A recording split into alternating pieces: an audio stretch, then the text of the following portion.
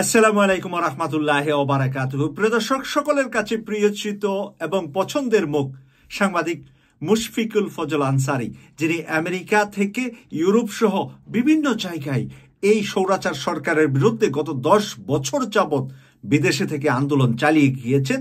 তিনি এখন ঢাকায় গিয়েছেন এবং ঢাকায় গিয়ে আজকে প্রেস ক্লাবে একটা অনুষ্ঠানে উনি একটি সুন্দর বক্তব্য দিয়েছেন।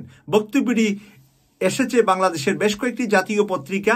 আমি ইত্তেফাক থেকে আপনাদেরকে প্রথমে হেডলাইন, তারপরে বিস্তারিতটা পরে শোনাচ্ছি।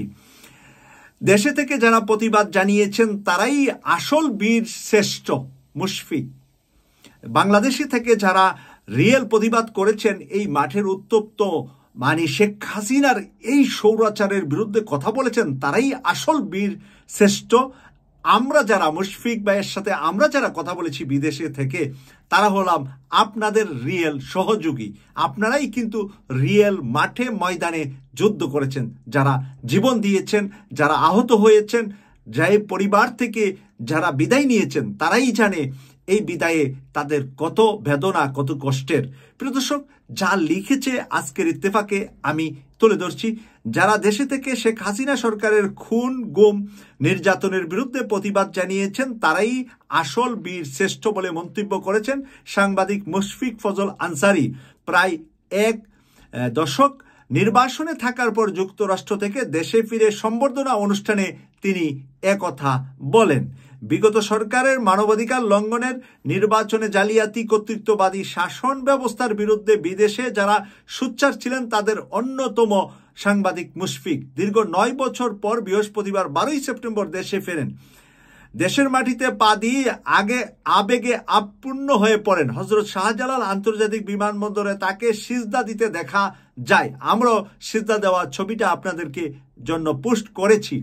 শুক্রবার 13 সেপ্টেম্বর বিকালে জাতীয় প্রেস ক্লাবে তার সম্বর্ধনার আয়োজন করা হয়।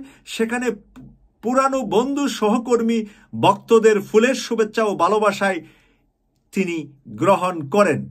অনুষ্ঠানে মুশফিক বলেন, 15 বছর নিয়মিত মানুষের ভয়ের মধ্যে আটকে রাখা হয়েছিল। ছাত্রদের রক্তের বিনিময়ে সেই ভয় দূর হয়েছে। যে পরিবার তাদের সন্তান হারিয়েছে, এই বিপ্লবে তাদের ত্যাগই সবচেয়ে বেশি। প্রিয় দর্শক, যে কথাটা আমি শুরুতে বললাম, যে যারা যেই সন্তান হারিয়েছে সেই পরিবাররাই আসল ত্যাগী, আসল তারা এই বিপ্লবের অধিকারী। তাই তাদের প্রতি কৃতজ্ঞতা জানাই। তবে এখনো ভাবা যাবে না সবকিছু অর্জন হয়ে গেছে। এখনো শেখ হাসিনার দোসররা বিভিন্ন জায়গায় দায়িত্ব পালন করছে। সেই সাহসে শেখ হাসিনা বলতে পারছেন চট করে তিনি চলে আসবেন। তিনি আরো বলেন, খেয়াল রাখতে হবে স্বৈরাচারের প্রেতাত্মারা যেন আবার কোনো নেতৃত্বে না চলে আসে।